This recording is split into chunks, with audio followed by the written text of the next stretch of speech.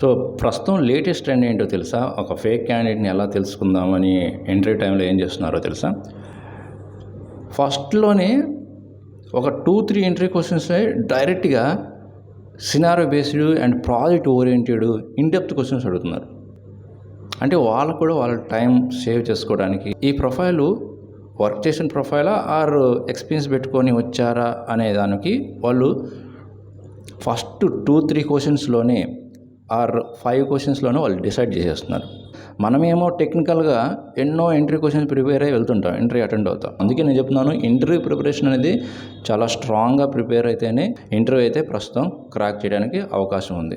అంటే మీరు ఎలాంటి టెక్నాలజీ మీద సరే ఇంటర్వ్యూ ప్రిపరేషన్ కావాలంటే ఈ మెయిల్ ఐడికి మీ డీటెయిల్స్ షేర్ చేయండి. సో నేనైతే interview preparation and mock interviews అయితే కండక్ట్ చేస్తాను. ఈ వీడియోని మీ ఫ్రెండ్స్కి, మీ ఫ్యామిలీ మెంబర్స్కి, మీ సోషల్ నెట్వర్కింగ్ ప్లాట్ఫామ్లో షేర్ చేయండి. చాలామందికి హెల్ప్ అవుతుంది.